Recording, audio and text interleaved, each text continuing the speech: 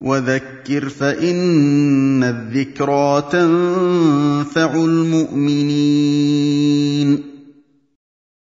Chez les gens de la sunna, la ilaha illallah veut dire nul ne mérite l'adoration sauf Allah. Chez les gens de la bid'a, il y a plusieurs tafasir. Si déjà à la base de l'islam, le shahadaté, qui est la base, la ilaha illallah, la première chose avec laquelle on rentre dans l'islam, si on n'est pas d'accord déjà sur ce que ça veut dire, comment vous voulez qu'on soit sur une même voie? C'est pas possible. Alors, nous avons al-asha'ira ou al-maturidiyya, ils disent la ilaha illallah, c'est-à-dire la qadira ala al-ikhtira' illallah. Nul n'est capable de créer sauf Allah. Donc en fait, pour eux, la ilaha illallah, c'est pas en contradiction avec la croyance des Quraysh. Parce que les Quraysh aussi, ils disent que c'est Allah qui crée et qui dirige l'univers. Subhanahu wa ta'ala. Chez Al-Qutbiyya et ceux qui appellent la da'wa al-hakimiyya comme l'Ikhwan, etc., ils disent la hakima illallah. Nul n'est juge sauf Allah. Pour eux, c'est ça le sens le plus important de la ilaha illallah. Nous, on dit oui, ça rentre dans la ilaha illallah, mais ce n'est pas le sens premier. Ce n'est pas la da'wa des prophètes. Les prophètes n'ont pas été envoyés pour faire appliquer les lois de la charia en premier lieu. Ils sont venus appeler au tawhid et à l'adoration d'Allah subhanahu wa ta'ala. C'est ça leur da'wa. Et non pas, comme a dit l'imam Cheikh Najmi rahimahullah, il a dit les prophètes n'ont pas été envoyés pour établir un état islamique, mais ils ont été envoyés pour appeler à l'adoration d'Allah unique. Donc c'est pas l'objectif premier. Ce n'est que des moyens. Établir un état, c'est pour faire pratiquer les ordres d'Allah. C'est pour que les gens n'adorent que Allah uniquement. La ilaha illallah, chez les tabliriyin, chez Jama'at al-Tablir, comme ils le disent si bien eux-mêmes, c'est sortir les mauvaises certitudes du cœur pour rentrer la bonne certitude en Allah. Cette définition de la ilaha illallah, déjà, elle n'est que du côté de Rububiyya. Elle est liée c'est-à-dire à la création et à la seigneurie d'Allah, à la seigneurie. Mais même dans la seigneurie, elle est fausse, cette définition. Quand elle dit sortir les mauvaises certitudes sur les choses, les certitudes sur les choses, c'est-à-dire pour eux, tu ne dois pas avoir la certitude que le feu, il brûle, ou que l'eau, il mouille, ou bien des choses qui sont sûres, que le Coran et la Sunna ont affirmées. Parce qu'ils disent sortir les certitudes sur les choses, c'est-à-dire toute créature, toute chose. Et ceci est faux. Il y a beaucoup de choses sur lesquelles on a la certitude. On a la certitude qu'Allah, il a mis l'effet de brûler dans le feu. On a la certitude qu'Allah, il a mis l'effet de mouiller dans l'eau. On a la certitude qu'Allah, il a fait que manger, c'est une cause de ne plus avoir faim.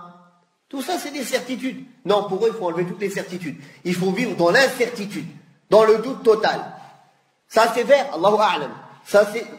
Ça, tu marches? Non. Tu voles? Non. Tu es assis? Non. Tout est dans l'incertitude. Donc déjà, c'est une erreur, le fait de dire ça. Et le fait de le renfermer seulement dans... On enlève toutes les certitudes sauf en Allah. Les mauvaises certitudes. Il faut savoir que parmi les kuffars, comme a dit Cheikh Al-Uthaymin en critiquant cette parole, il a dit, il y en a qui sont dans le doute, qui n'ont pas de certitude. Donc en disant que tu enlèves toutes les certitudes sur les choses, pour mettre la certitude sur Allah, tu n'as pas englobé les gens qui sont dans le doute, qui n'ont pas de certitude. Donc c'est une définition totalement erronée de la ilaha illallah. Même dans la seigneurie, c'est faux. L'explication de la ilaha illallah chez Ashab Wahdat al-Wujud, ceux qui exagèrent parmi les soufiyas, qui disent la ilaha illallah, il n'existe que Allah. Donc pour eux, il n'y a pas de créateur et de créature.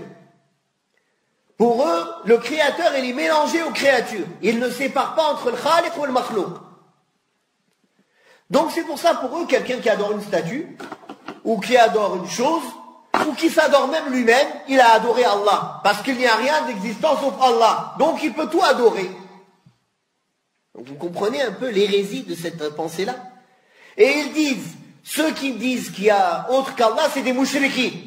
La ilaha illallah, mawjouda illallah, le shirk pour eux, c'est de dire qu'il y a quelque chose d'autre qui existe à part Allah. C'est ça le fikr de Wahdat al-Wujud. L'unicité dans l'existence. Dans l'existence, il n'y a qu'une chose, c'est Allah. Enfin, une chose. Qu'il n'y a qu'un, c'est Allah. Wadih. Bien sûr, c'est complètement faux. C'est pour ça d'ailleurs que c'est les premiers des mouchriquins. Car ils associent à Allah, subhanahu wa ta'ala, c'est normal. C'est comme l'autre qui a dit, sous mon qamis, il n'y a que Allah. Hein? Comme Ibn Arabi aussi. Pas Ibn al-Arabi. Hein? Ibn Arabi, etc. Tous ces hérétiques qui ne sont en vérité, ils n'ont jamais été dans l'islam ni de près ni de loin, ils ont été rendus mécréants par Ammat al-Muslimin. Donc, vous voyez bien qu'à la base, si la kalimat al-tawhid, le message pour lequel les prophètes ont été envoyés, déjà s'il y a une divergence sur cette compréhension-là, comment après on peut être d'accord? C'est impossible. À la base, on est divergent sur déjà le fondement de l'islam, al-shahada.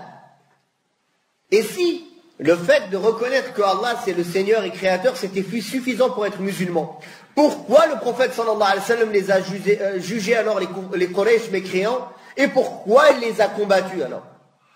Puisqu'il reconnaissait qu'Allah c'est le Créateur et le dirigeant. Si ce n'est pour tawhid al-uluhiyya, si ce n'est pour le tawhid dans l'adoration. D'ailleurs, Allah Ta'ala dit, dans le sens des versets, si tu leur demandes qui a créé les cieux et la terre, ils diront Allah, comme dans Surat Luqman. Dans Surat Zukhruf, si tu leur demandes qui les a créés, ils vont dire Allah. Et ceci aussi dans les communautés auparavant, que ce soit la communauté de Nuh ou de Ad et de Thamoud, ils reconnaissent qu'Allah Tabaraka wa Ta'ala c'est le Créateur, mais ils mécroient dans le message et ils ne veulent pas lui vouer un culte exclusif, subhanahu wa ta'ala. وَقُلْ رَبِّ زِدْنِي عِلْمًا